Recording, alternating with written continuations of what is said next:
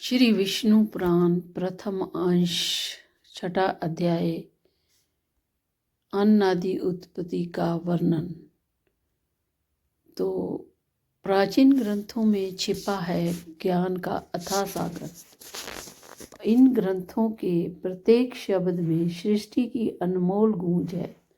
आज हम आपको ले चलेंगे विष्णु पुराण के छठे अध्याय की ओर, जहाँ भगवान विष्णु के मुख से निकली बातें हमें चतुर्वर्ण्य अव्यवस्था, पृथ्वी के विभाग और अन्न की उत्पत्ति का गूढ़ रहस्य समझाएगी। तो बने रहिए इस आध्यात्मिक यात्रा में हमारे साथ। तो श्री विष्णु पुराण हिंदू धर्म के महत्वपूर्ण ग्रंथों में से एक है।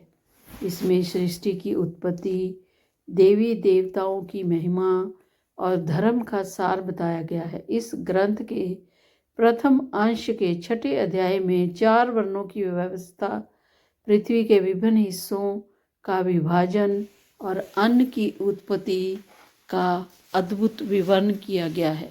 यह अध्याय हमें यह सिखाता है कि सृष्टि का संचालन किस प्रकार ईश्वर की दिव्य दृष्टि के अनुसार होता है। तो चतुर्वर्ण्य व्यवस्था का वर्णन। चतुर्वर्ण्य व्यवस्था, जिसे हम सामाजिक वर्गों के रूप में जानते हैं, का आधार श्री विष्णु के मुख से निकली दिव्य व्यवस्था है। नंबर 1, ब्राह्मण।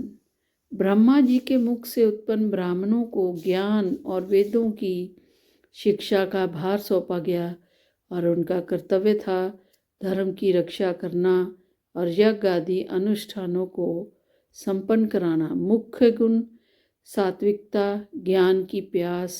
क्षत्रिय। ब्रह्मा के मुख भुजाओं से उत्पन्न क्षत्रियों का धर्म था पृथ्वी पर न्याय और व्यवस्था स्थापित करना, उन्हें शौर्य और पराक्रम का प्रतीक मानना। मुख्य गुण वीरता, परोपकार। वैश्य। वैश्य वर्ग ब्रह्मा के उदर से उत्पन्न हुआ। इनका कर्तव्य था कृषि, पशुपालन और व्यापार। मुख्य गुण क्या थे इनके? धन का अर्जन और समाज की आर्थिक उन्नति करना। शूद्र। शूद्र ब्रह्मा के पैरों से उत्पन्न हुए और इनका कार्य समाज की सेवा करना था। मुख्य गुण थे सेवा और विनम्रता। तो इस प्रकार हर एक वर्ण का वर्णन करते हुए विष्णु पुराण में इनका विस्तार से वर्णन किया गया है। सेक्शन 2, पृथ्वी का विभाजन। अब जानते हैं कि पृथ्वी का विभाजन कैसे हुआ। भगवान विष्णु ने इसे 7 भागों में बांटा है, जिन्हें 7 द्वीप कहा जाता है। जैसे कि जम्बूद्वीप।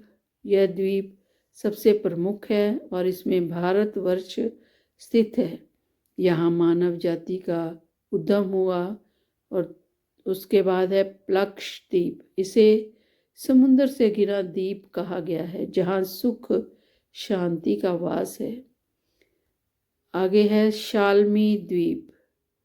यहाँ के निवासी यज्ञ प्रिय और धार्मिक प्रवृत्ति के होते हैं। कुश द्वीप। इस द्वीप का नाम कुश नामक पवित्र घास के कारण पड़ा। क्रौंच द्वीप। यहाँ पार्वती की अधिकता है और पर्वतों की अधिकता है और इसे प्राकृतिक सौंदर्य का प्रतीक माना गया है। शाक द्वीप। शाक वृक्षों से आच्छादित है। यह द्वीप औषधियों का भंडार है। पुष्कर द्वीप। यह सबसे बाहरी द्वीप है और भगवान विष्णु का विशेष निवास स्थान माना गया है। और अन्न आदि की उत्पत्ति। अन्न ही जीवन का आधार है। विष्णु पुराण में अन्न की उत्पत्ति का सुंदर वर्णन है। अन्न की महिमा। सृष्टि के आरंभ में भगवान विष्णु ने अन्न को उत्पन्न किया, जो सभी जीवों का जीव स्रोत है। अन्न का महत्व यज्ञ में बताया गया है।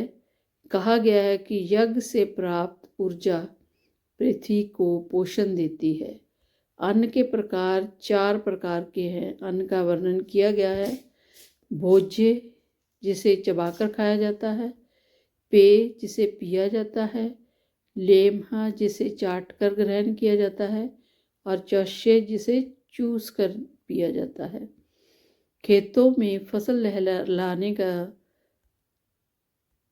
और धर्म और कर्तव्य का संदेश।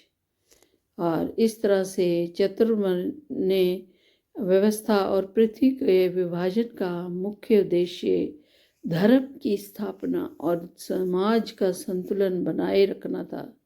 प्रत्येक वर्ण का कर्तव्य समाज के कल्याण से जुड़ा है। धर्म का पालन ही जीवन का सर्वोच्च उद्देश्य है। अन्न का सम्मान और उसका सही उपयोग करना आवश्यक है। तो ये था 6वें अध्याय का सार। इस प्रकार श्री विष्णु पुराण का 6ठा अध्याय हमें जीवन के मूलभूत सिद्धांतों की शिक्षा देता है। यह हमें बताता है कि कैसे समाज में सभी का अपना स्थान और महत्व है। आइए हम सब अपने अपने कर्तव्यों का पालन करें और धर्म के मार्ग पर चलें। बोलो विष्णु भगवान की जय।